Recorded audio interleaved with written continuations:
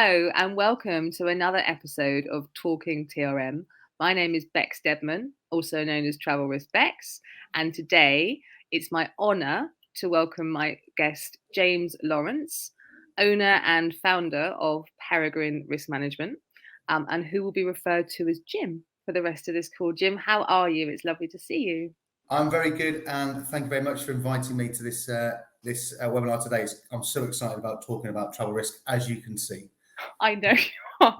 Just for the viewers that didn't see what happened off screen, he danced his way into this today. So if there was ever any doubt that Jim's the person we need to be talking to, and he loves travel risk, in case you can see his name there for those of you looking on the video.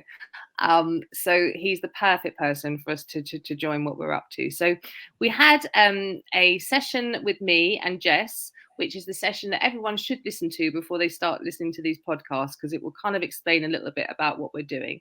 But in theory, it's a quick, short, sharp session of about 15 minutes where I get to talk to some of the most incredible people that I've met within this industry as I've moved and done the transition from travel management into travel risk management. And what I've learned is that there is a passion that sort of sits within all these people that they don't necessarily often get the chance to kind of talk about. And this is really important. It affects us all. So I've set up this podcast so people can share their stories with us. So I met Jim back in 2020. We were just reminiscing about that. We did a panel together. I made him do a slightly different panel that we'd done before, but it was for TBTC and it was great. But it was the first conference, we said, just after the pandemic. So it was a bit weird from that perspective, wasn't it? Yeah, it was.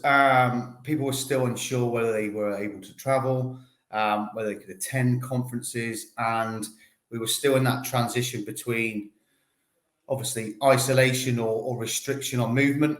And then all of a sudden, we're trying to promote travel risk and get the wheels turning and gain confidence back in the travel risk space by trying to adopt, a more risk-based approach.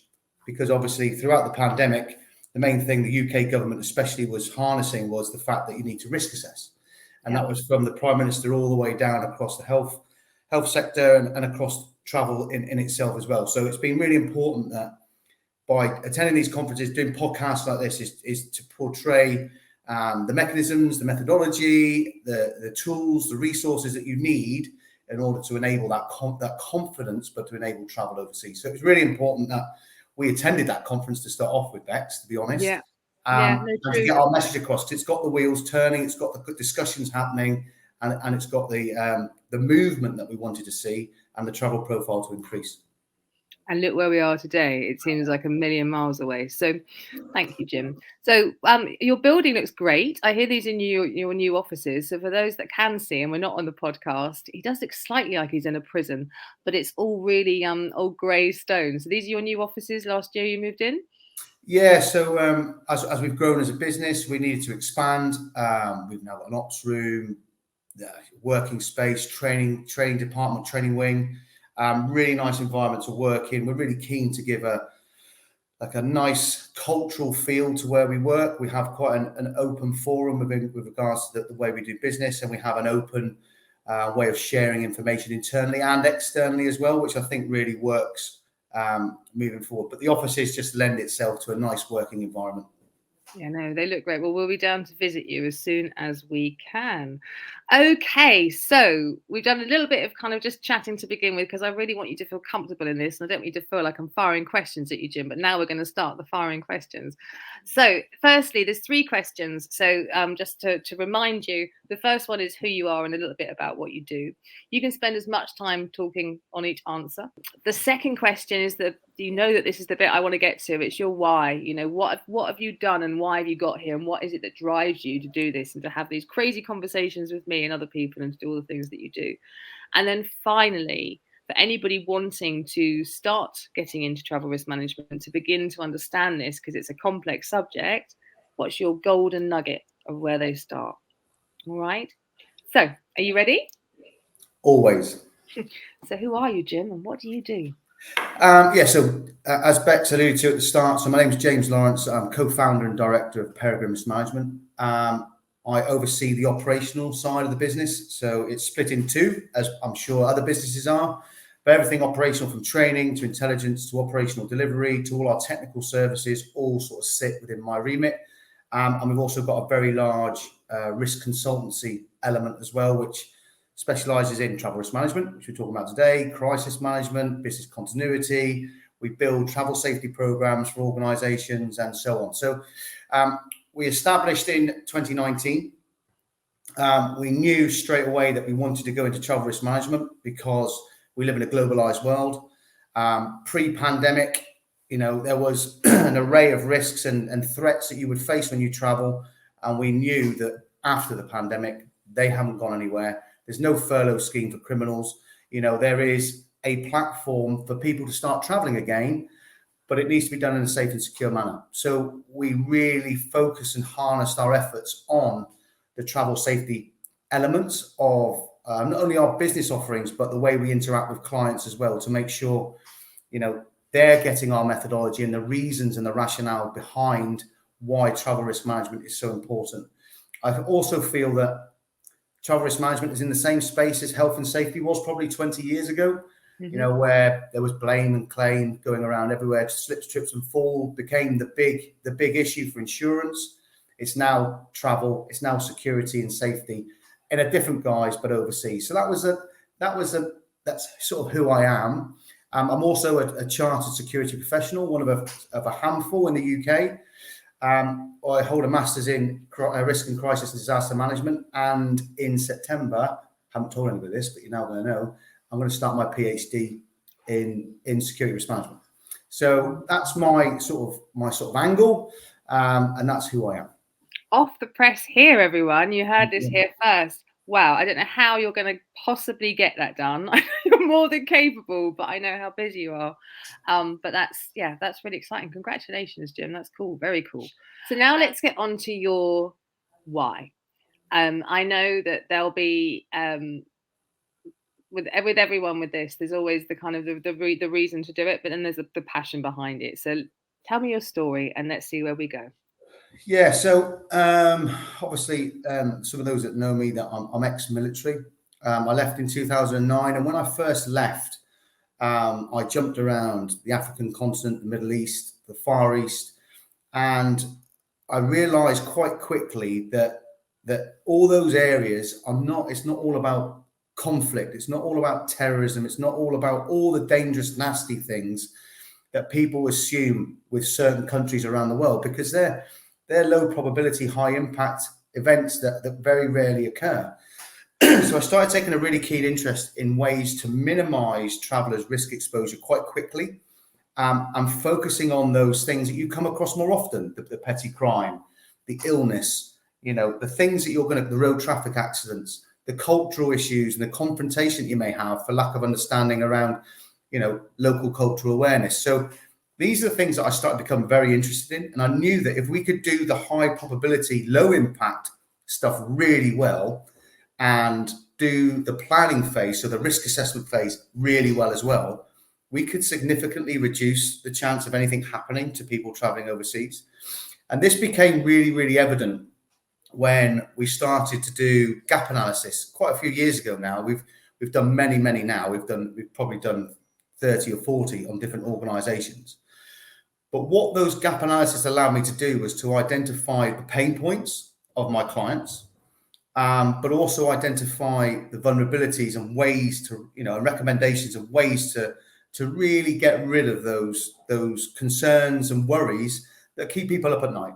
And that's the first question I always ask my clients: what keeps you up at night?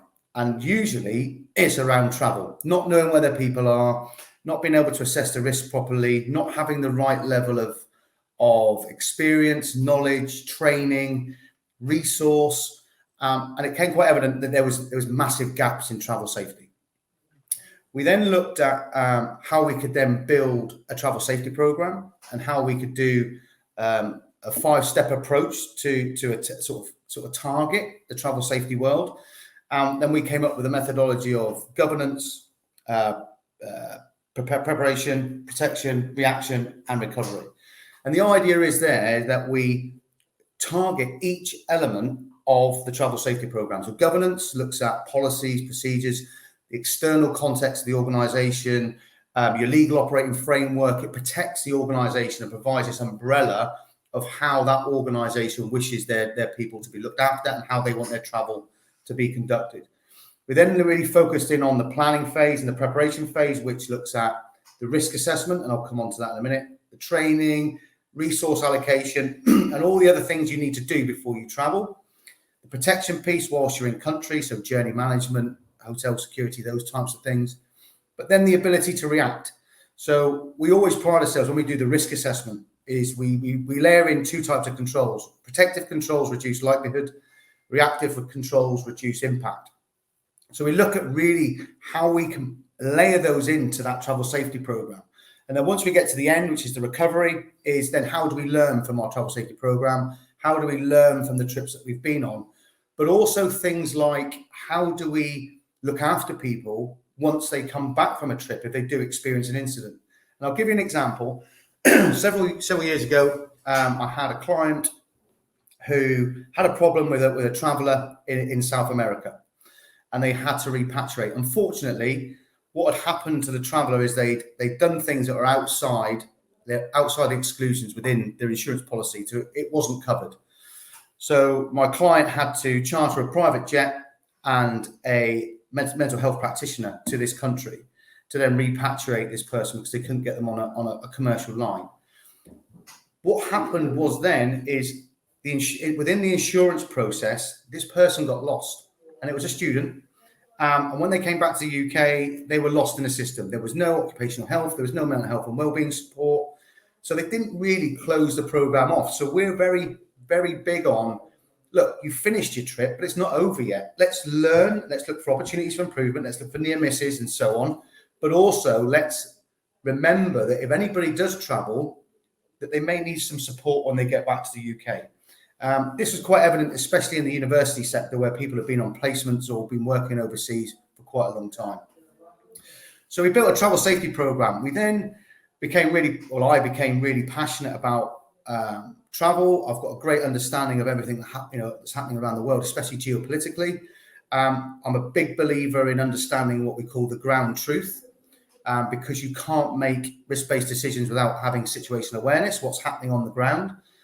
So a real passion for the area of travel safety really came to the fore. When the ISO 31030 came out, I was actually quite refreshed that everything that I'd been doing for years before, from sort of 2009 up until that point, for 10 years, was bang on point with regards to 30,030. It was. So, And you might as well have written it, Jim, and you hadn't, had you? But you might as well have done.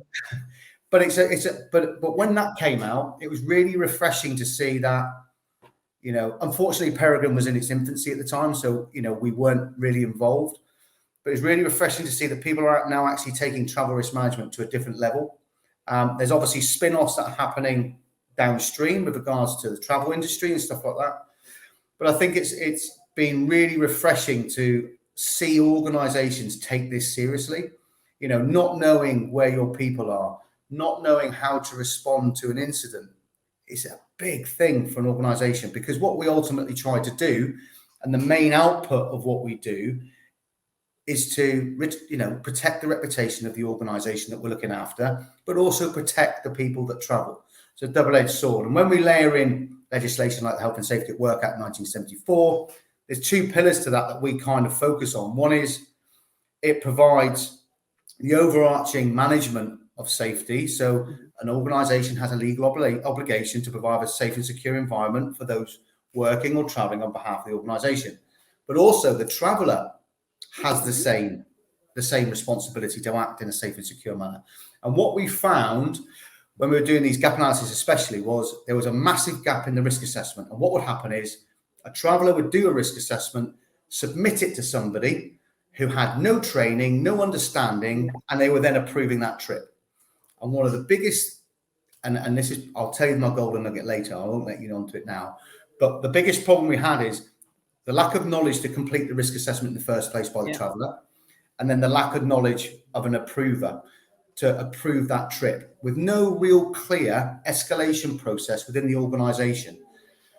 The escalation process helps protect that organisation, and then it frames everything that moves forward. So what training you need, what mitigation, what protective and reactive controls you need, what do you need to do in country, how do you work with third parties, how do you respond to an incident. So that frames everything. And it's really important that the risk assessment piece comes before budget. Yeah. The risk assessment comes before you allocate a budget, because if it's too risky, why waste your time putting a budget against it? But also the risk assessment piece allows you to travel risk manage. How can you risk manage something that you've not assessed? And that's one of the biggest issues that we found, and the biggest gaps. And the risk assessment process for travel isn't different.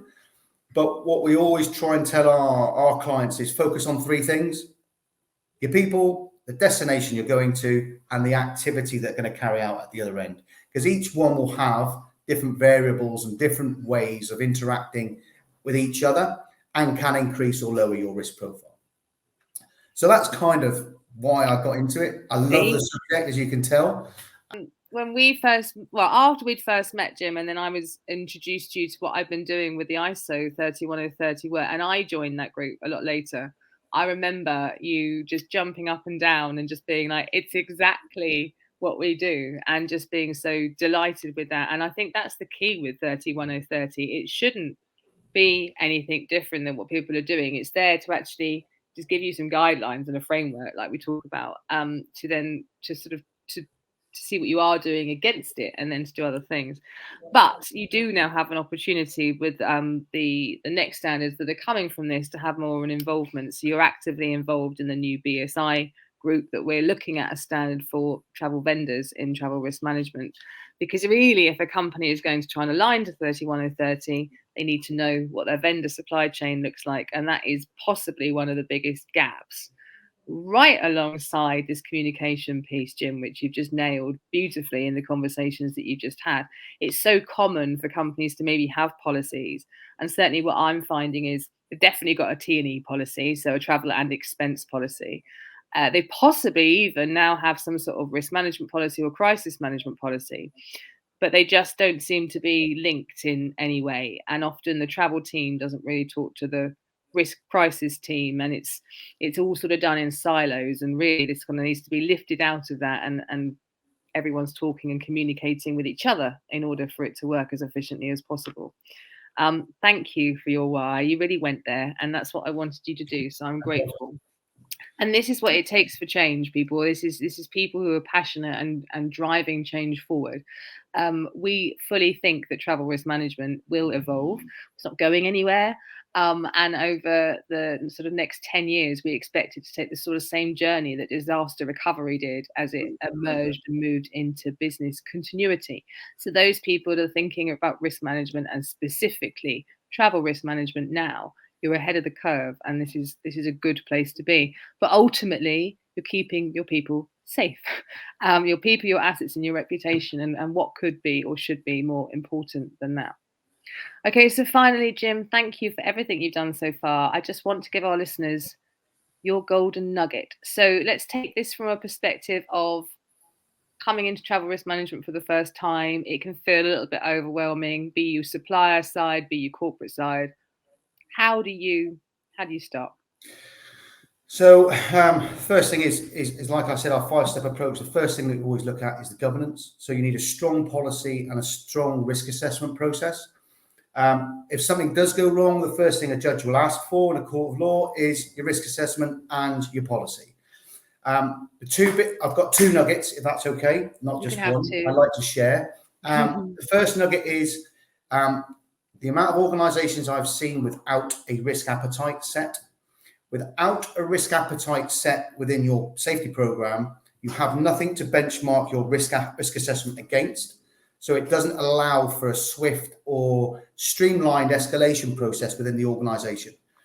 The risk appetite allows the approver to assess and benchmark against the appetite of the organisation, not the individual, not that person approving the trip.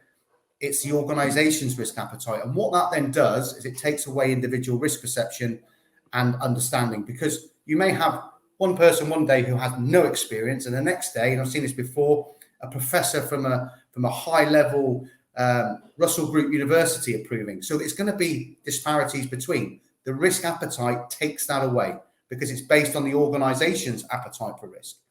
My second nugget, which is my favorite one, is test. You can build a travel safety program. You can put all the policies and procedures in place that you want. You can have all the technology. You can have everything you need. But if you don't test it, you'll never know if it works. You've got to provide reassurance to make sure your policies, your procedures work. And then you need to go back and review those policies and procedures and processes to ensure they're fit for purpose, and get everybody to feed back once they come back from their trips and learn from experience and adjust and test again to make sure it's fit for purpose. The amount of organizations that I spoke to during the COVID pandemic that hadn't adjusted their crisis management plan for about 5 years, and when they opened it up, Joe Bloggs had moved on 3 years ago. It's inefficient. So test, test, test. That's all I would say to make sure it's fit for purpose. You literally have just taken me straight back to how I got into this, like years and years and years ago, way before, when I was looking back on my career, is to think, why am I interested in this? I worked for an adventure travel company, and they were incredible. Every year we would do a crisis test. The reason we did it is because, unfortunately, years before that, something horrendous had happened to one of their tour groups. And they weren't ready. They didn't know what to do. They had media outside. It was a terrible thing. And since then, of course, they learn and they put this crisis team in every year. And I was part of that crisis team. It's where this passion came from. And they made it really real. It Yeah. makes it, until you're doing it, they're just words on a piece of paper from a policies perspective, aren't they? And you've got to know what it feels like to be in that situation as much as you can be, to then know actually what you would do and react, because you'll find maybe you didn't consider that piece, or this bit's come up, or actually that bit went really, really well. And actually, those bits can kind of make it fun, no? Those Yeah, yeah, practices. yeah, That's yeah, what of brings it course. all together. I know that sounds lame, but that I, is the I, fun bit. I do a really good thing, Bex. When we do crisis management training, I'll give the scenario, and before I allow the CEO to give their strategic, or whoever the lead is, their strategic intent of what they want to happen, I take them out of the game. So I say, oh, you're on holiday. Off you go. And you can just see everybody else going, now what do we do? But that's how you build a team. That's how you build the blocks that you need and the resilience into your travel safety program.